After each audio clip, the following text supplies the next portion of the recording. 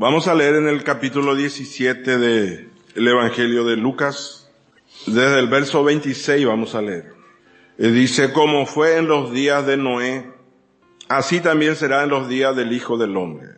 Comían, bebían, se casaban y se daban en casamiento, hasta el día en que entró Noé en el arca, y vino el diluvio y lo destruyó a todos. Asimismo como sucedió en los días de Lot, comían, bebían, compraban, vendían, plantaban, edificaban. Mas el día en que Lot salió de Sodoma, llovió del cielo fuego y azufre, y lo destruyó a todos. Así será el día en que el Hijo del Hombre se manifieste. Señor, bendiga su santa palabra. Dice, los días de Noé primeramente habla, comían, no dice el verso 26, como fue en los días de Noé, así también será en los días del Hijo del Hombre. Aquí no está todo completo relatado como fue en los días de Noé. Dice que solamente comían, bebían, se casaban. Vamos a leer para encontrar más en el capítulo 6 de Génesis. La otra parte que falta acerca de los días de Noé. Génesis capítulo 6 desde el verso 5. Y dice, y vio Jehová que la maldad de los hombres era mucha en la tierra, y que todo designio de los pensamientos del corazón de ellos era de continuo solamente el mal. Y se arrepintió Jehová de haber hecho hombre en la tierra, y le dolió en su corazón. Y dijo Jehová, raeré de sobre la faz de la tierra a los hombres que he creado, desde el hombre hasta la bestia, y hasta el reptil y las aves del cielo, pues me arrepiento de haberlos hecho. Pero Noé halló gracia ante los ojos de Jehová. Estas son las generaciones de Noé. Noé, varón justo, era perfecto en sus caminos. Con Dios caminó Noé. Bueno, vamos a saltar un poco. Verso 11. Y se corrompió la tierra delante de Dios, y estaba la tierra llena de violencia, dice. Esta es la parte que nos falta en Lucas. La tierra estaba llena de violencia en los días de Noé. Entonces, la primera parte que leímos encontramos, en el Evangelio de Lucas dice, comían, bebían. Y esta declaración no debemos solamente, no hace referencia solamente de satisfacer las necesidades físicas, sino de todos deseos insaciables de la raza, de la vieja creación, de la raza del primer Adán, podemos decir. Y dice también se casaban, se daban en matrimonio, compraban, vendían, edificaban, plantaban. Entonces esta era la condición de los días de Noé. Dice llena de violencia. La tierra estaba corrompida. La palabra corromper significa decaer, arruinar, maltratar, echar a perder. Y la palabra violencia también habla de maltrato, de violar. Y dice todo designio de los pensamientos del corazón del hombre era solamente de continuo el mal. Continuamente practicaban el mal. Nosotros sabemos que antes, por ejemplo, que años anteriores, las malas acciones de los hombres eran menos, no eran muy continuamente. Pero hoy día dice diariamente, continuamente, llena de violencia, llena de maldad, y buscan satisfacer sus propios apetitos, sus propios deseos, inclusive las naciones poderosas, están en un sentido intentando ejecutar su propia voluntad en las naciones menores que están a sus alrededores. Tienen también estas naciones un deseo insaciable por el poder. Entonces la violencia, la corrupción, de continuo, dice. Nosotros escuchamos la noticia inclusive que viene de los Estados Unidos, que jóvenes agarran armas y entran en las escuelas a abrir fuego contra niños menores, inclusive. Y los políticos quieren más, dice, hacer leyes para controlar las armas. Pero aquí no, esa no es la solución. La solución es el cambio de corazón. El mal está en el corazón del hombre. Todo designio de los pensamientos del corazón de ellos era de continuo solamente el mal. Vamos a leer lo que dijo el Señor Jesucristo en Mateo 12, verso 35. El hombre bueno del buen tesoro del corazón saca buenas cosas, y el hombre malo del mal tesoro saca malas cosas. Por eso Jesús le dijo a Nicodemo, nosotros sabemos que Nicodemo era un judío educado, y Jesús le dice que de cierto te digo que el que no naciere de nuevo no puede ver el reino de Dios. Así le dijo Jesús a Nicodemo en Juan 3:3. Es necesario nacer de nuevo. Y esto le confundió a Nicodemo. Este judío, como dije, educado, no pudo entender. Entonces, los hombres como un todo están en esta situación, hablando en sentidos generales. Todo designio de los pensamientos del corazón de ellos, dice de continuo, era el mal. Y incluso la ley de Dios no pudo esto prevenir ni eliminar. Vamos a leer en Primera de Timoteo capítulo 1, el verso 8. Pero sabemos que la ley es buena si uno la usa legítimamente, dice. O sea que los ciudadanos que son respetuosos de la ley obedecen la ley. Pero lo que habla en Génesis 6, ellos son impulsados por sus propias concupiscencia, por su propia deshonestidad, su propia codicia. Tienen el deseo de cumplir su propio deseo a cualquier costo. Y inclusive también hay gentes que gente del gobierno, senadores, diputados, que hay naciones, dice, donde quieren desfinanciar a la policía o eliminar por completo la policía. Para que la gente que hace mal tenga más libertad para hacer el mal, para cumplir sus propios deseos. O sea que quieren la anarquía y quieren inclusive ayudar a la gente, a los delincuentes que salgan de las cárceles. Entonces, el corazón del hombre, dice, es de continuo el mal. Y en el capítulo 16 de Lucas, vamos a repetir un poquitito. Lucas 17, disculpe. El versículo 27. Comían, bebían, se casaban y se daban en casamiento. Aquí también se refiere a los problemas relacionados con el matrimonio. Y todo esto viene el mal, está en el corazón. Vamos a leer primero en Mateo 15, verso 19. Mateo 15, 19. Porque del corazón salen los malos pensamientos, los homicidios, los adulterios, las fornicaciones, los hurtos, los falsos testimonios, las blasfemias. Entonces el mal está en el corazón. Y nosotros encontramos que Dios ordenó el matrimonio, así como encontramos en el libro de Génesis.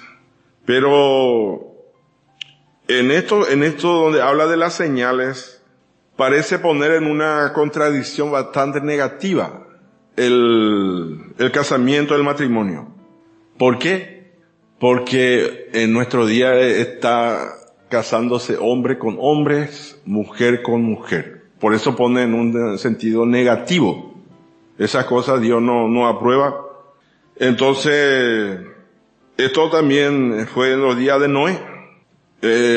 Vamos a leer el capítulo 19 de Génesis. 19:5 de Génesis. Dice, y llamaron a Lot y le dijeron, ¿dónde están los varones que vinieron a ti esta noche? Sácalos para que los conozcamos. En los días de Lot, así fue, dice. Sácalo para que lo conozcamos. No en el sentido de mirarle con la vista, sino en otro sentido. Vamos a leer en Judas, Judas tiene un solo capítulo, el verso 7. Judas, verso 7. Como Sodoma y Gomorra y las ciudades vecinas, las cuales de la misma manera que aquellos, habiendo fornicado, ido en pos de vicios contra naturaleza, fueron puestos, por ejemplo, sufriendo el castigo del fuego eterno. Entonces estas relaciones impías están impulsando inclusive los políticos, la gente que están en el gobierno, los senadores, diputados, y inclusive hasta el punto de tratar de educar a los niños a una edad muy temprana para que cuestionen su sexualidad. Y sabemos que la responsabilidad de educar a los niños es principalmente de los padres. Esto encontramos en el libro de Deuteronomio, en el libro de Proverbios, el apóstol Pablo también habla un poco. Y esta carga es la responsabilidad de los padres, de enseñar a sus hijos. Primeramente dice, los padres tienen que aplicar la palabra en su corazón. Y las enseñarán a tus hijos, dice, cuando te acuestes, cuando te levantes. Vamos a leer en el capítulo 6 de Deuteronomio, versos 6 y 7. Le dice, y estas palabras que yo te mando hoy estarán sobre tu corazón, le dice al padre. Todos los padres deben primeramente apropiarse de la palabra de Dios para sí mismos y luego enseñar a sus hijos. El verso 7 dice, y las repetirás a tus hijos y hablarás de ellas estando en tu casa y andando por el camino y al acostarte y cuando te levantes. Entonces los padres tienen que decirle a su hijo, hablarle de la palabra de Dios y decirle a si es su hijo varón, que él es varón, y que si es mujer que le diga que ella es mujer, ¿verdad? No ponerle en duda. Entonces, como dije, los padres primero entonces tienen esta responsabilidad. Y también los gobiernos también, si le dice, si es conforme a la palabra está bien, pero ellos no deben contradecir esto, ¿verdad? Por eso nosotros necesitamos conocer la palabra y que los padres le enseñen a sus hijos. También Lucas relata acerca de la prosperidad. Compraban, vendían, plantaban, construían, y sabemos que esto no es malo, ¿verdad? La prosperidad. Pero muchas veces a uno lo aparta de Dios también, este es peligro también. Por eso en Deuteronomio también dice, cuando empiece a prosperar, cuídate, dice, de dónde Dios te sacó a Israel. Dios te sacó de casa de servidumbre, Dios te sacó de Egipto, y ahora todo lo que tiene Dios te dio. Si uno tiene bienes, si tiene vacas, si tiene ovejas, Dios dio. Y todo lo que nosotros tenemos que usar para la gloria de Dios. No para independizarnos de Dios y olvidarle a Dios. Esto a Dios no le agrada. Entonces, hermanos, estamos nosotros muy cerca de la venida del Señor Jesucristo y muchas señales. Y en el Evangelio de Lucas tenemos más y más señales. Terremoto, hambre, pestes, una lista larga. Guerra, rumores de guerra. Y es como cuando la mujer, dice que cuando una mujer está por dar a luz, más dolor y más dolor. Empieza un poquitito el dolor y cuanto más cerca de dar a luz, más dolor. Entonces parece que así se va multiplicando las señales. Está multiplicándose más, cada vez más. Pero lo importante es que nosotros podamos entender, mirar bien las señales, porque en los días de Jesús, el Señor Jesucristo le dio señales a la gente, a Israel, a Judá, inclusive, pero no creían las profecías de las señales. Vamos a leer algunas señales del nacimiento de Jesús en el capítulo 7 de la profecía de Isaías. Estos versículos muchas veces uno recuerda en tiempo de diciembre, pero nosotros sabemos que no sabemos la fecha del nacimiento de Jesús. Esto podemos leer cualquier día. Capítulo 7 de la profecía de Isaías desde el verso 10. Habló también Jehová a Acaz diciendo, pide para ti señal de Jehová tu Dios, demandándola ya sea de abajo, en lo profundo o de arriba en lo alto. Y respondió Acaz: no pediré y no tentaré a Jehová. Dijo entonces Isaías: oíd ahora, casa de David, ¿os es poco el ser molestos a los hombres, sino que también lo seáis a mi Dios? Por tanto, el Señor mismo os dará señal. He aquí que la Virgen concebirá y dará a luz un hijo y llamará su nombre Emmanuel. Y esto encontramos más también en el mismo capítulo. Aparentemente aquí se muestra muy religioso Acaz, aparentemente muy piadoso. Dice no tentaría al Señor, pero a Dios no le impresiona la incredulidad de Acaz, sino le dio una señal no solo para Acaz, sino también para toda la nación y el mundo también. Dice Emmanuel, Dios con nosotros, hablando del Señor Jesucristo. Se refiere esta señal entonces directamente a Jesús. Vamos a leer más en el mismo capítulo 7 de Isaías, desde el verso 3. Entonces dijo Jehová a Isaías: sal ahora al encuentro de Acaz tú, y Sear-Jasub tu hijo, al extremo del acueducto del estanque de arriba, en el camino de la heredad del lavador, y dile: guarda, repósate, no temas, ni se turbe tu corazón a causa de estos dos cabos de tizón que humean, por el ardor de la ira de Resín y de Siria, y del hijo de Remalías. Ha acordado maligno consejo contra ti el sirio, con Efraín y con el hijo de Remalías, diciendo: vamos contra Judá y aterroricémosla, y repartámosla entre nosotros, y pongamos en medio de ella por rey al hijo de Tabeel. Por tanto, Jehová el Señor dice así: no subsistirá ni será. Aquí vemos una declaración del Señor a Acaz. Vamos a leer en el capítulo 1 de Mateo ahora, el verso 21. Mateo 1, verso 21.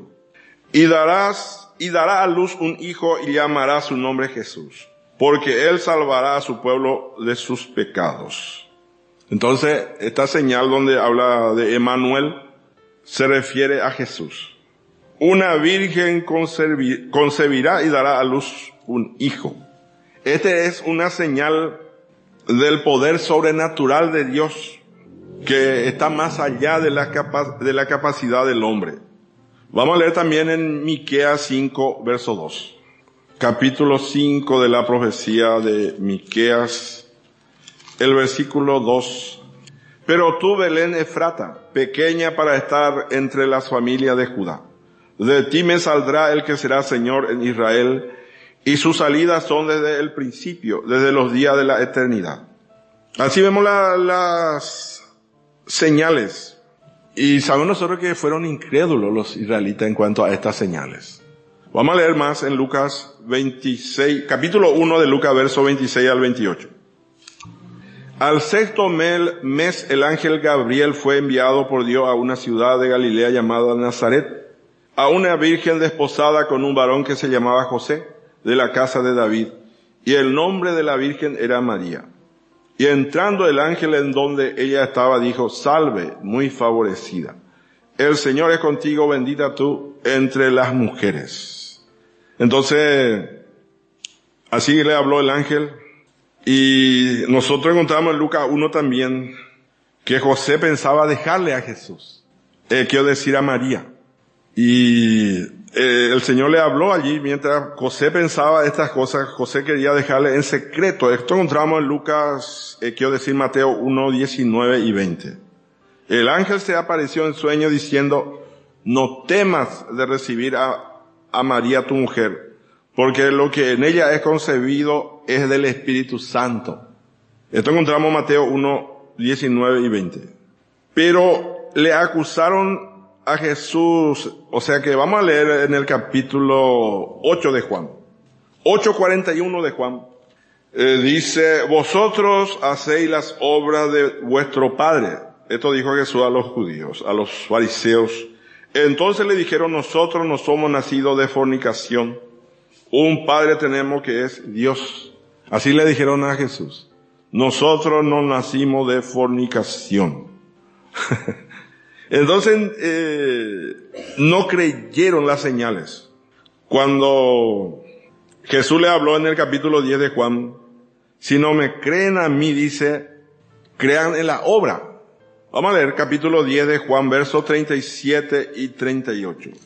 Si no hago las obras de mi Padre, no me creáis. Mas si las hago, aunque no me creáis a mí, creed a las obras para que conozcáis y creáis que el Padre está en mí y yo en el Padre. Así Jesús le habló. Entonces todas estas obras señalaban que el Mesías de los hijos de Israel estaba entre ellos. Pero la mayoría hicieron oídos sordos.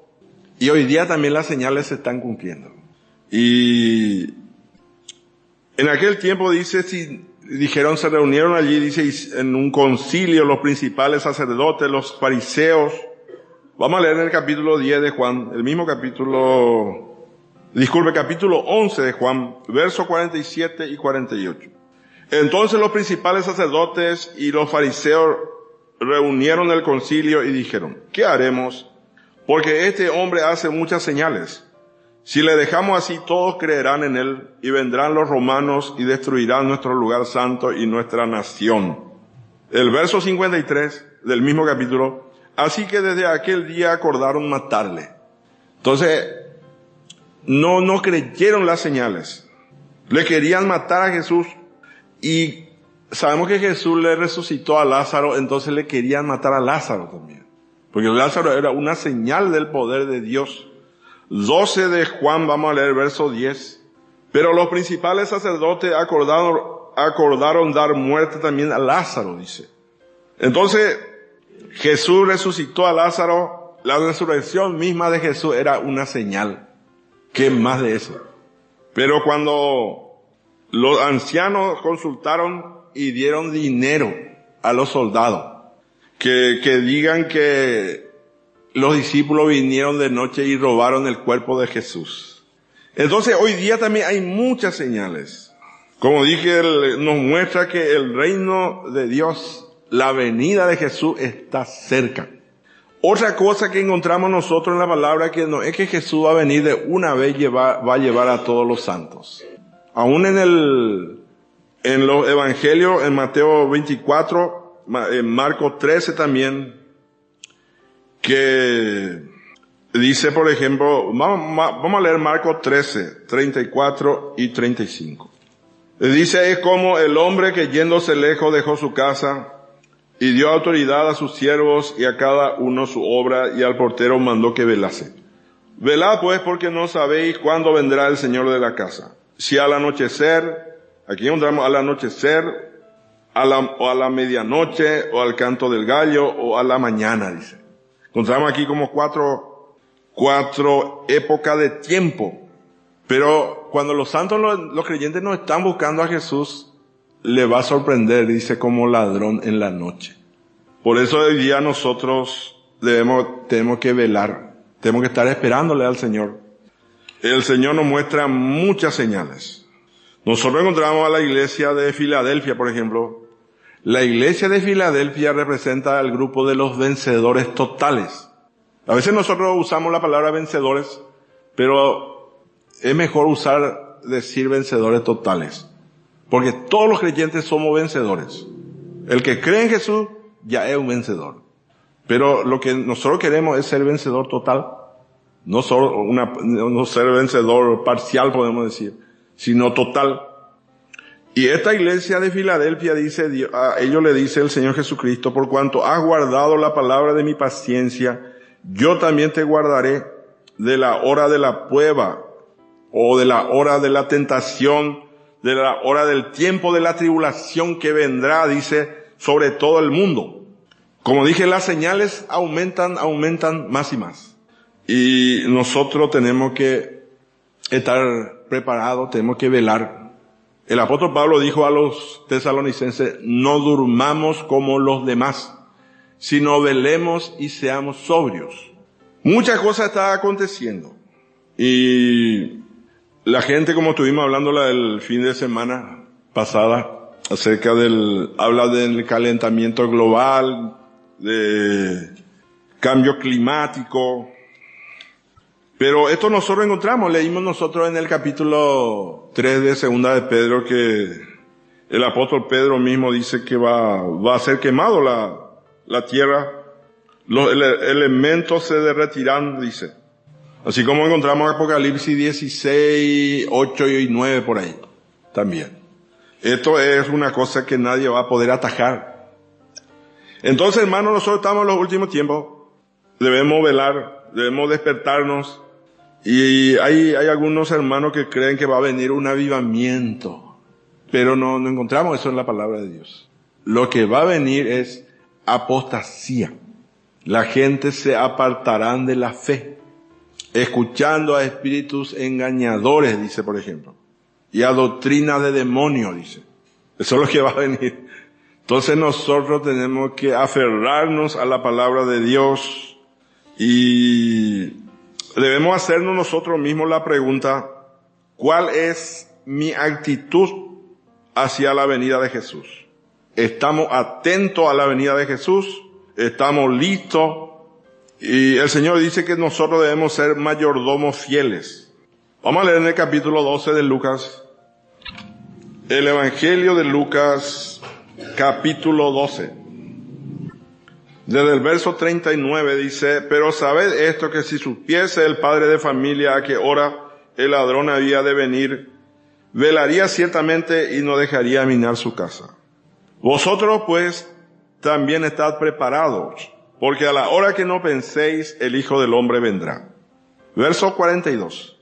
Y dijo el Señor, ¿quién es el mayordomo fiel y prudente al cual su Señor pondrá sobre su casa, para que a tiempo le dé su ración? Bienaventurado aquel siervo al cual cuando su Señor venga le halle haciendo así. Entonces, aquí habla del mayordomo fiel. Está hablando del ministerio que el Señor nos dio a cada uno. Estamos cumpliendo nuestro ministerio.